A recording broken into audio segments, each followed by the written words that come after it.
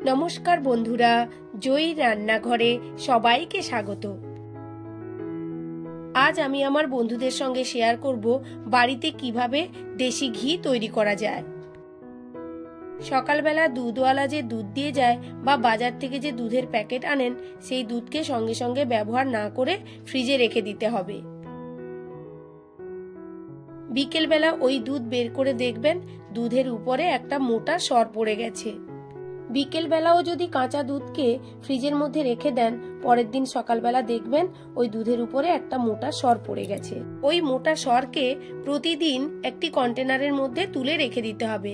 প্রায় 1 মাস পর্যন্ত তুলতে হবে, যতক্ষণ না পর্যন্ত কন্টেনারটা ভর্তি হচ্ছে।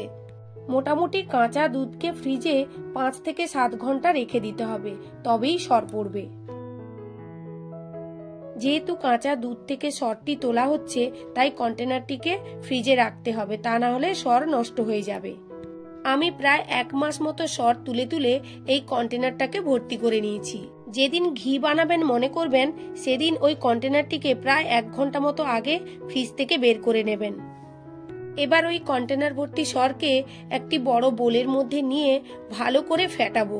হাতে ফেটাতে পারেন বা হ্যান্ড ব্লেন্ডারেও ফেটাতে পারেন। বেশ খানিকক্ষণ ফেটাতে হবে, ধৈর্য হারালে চলবে না। প্রথমে ফেটাতে ফেটাতে ফেনা ফেনা উঠবে, তারপর ধীরে ধীরে মাখন উঠতে থাকবে। এই দেখুন, ফেটাতে ফেটাতে কি সুন্দর মাখন উঠে এসছে।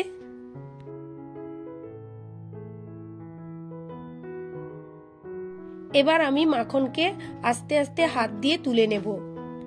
এই দেখুন, এইভাবে আস্তে আস্তে মাখনটিকে আমি তুলে নিচ্ছি। মাখন তুলে নেওয়ার পর দেখুন একটা সাদা দুধের মতো জল বেরিয়েছে।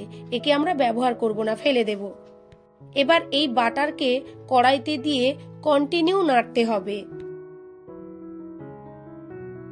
কন্টিনিউ না নাড়লে কাঁচা মাখন কড়ার তলাতে বসে গিয়ে মাখন পুড়ে যাবে, এতে ঘিয়ের টেস্ট ভালো আসবে না। প্রথম প্রথম দেখবেন প্রচুর ফেনা বেরোবে, তাতে ভয় পাওয়ার কিছু নেই, ফেনাগুলো ধীরে ধীরে আবার কমে যাবে। এবার দেখুন ঘিয়ের কালারটা কিভাবে আস্তে আস্তে চেঞ্জ হচ্ছে। ঘিয়ের উপরে যখন ছোট ছোট সাদা ফেনা তৈরি হবে আর ঘিয়ের কালারটা ব্রাউন কালার চলে আসবে, তখন ভাববেন ঘিটা তৈরি হয়ে গেছে। আর ঘিয়ের উপরে পড়ে যাওয়া এই ফেনাকে কিভাবে তুলে নিচ্ছি তা একবার দেখে নিন। এইভাবে চামচের পেছন দিয়ে ঘিয়ের ফেনাগুলোকে তুলে নিলে ঘি অনেক দিন ভালো থাকবে। আমার রেসিপিগুলি যদি ভালো লাগে অবশ্যই লাইক, শেয়ার, কমেন্ট করবেন।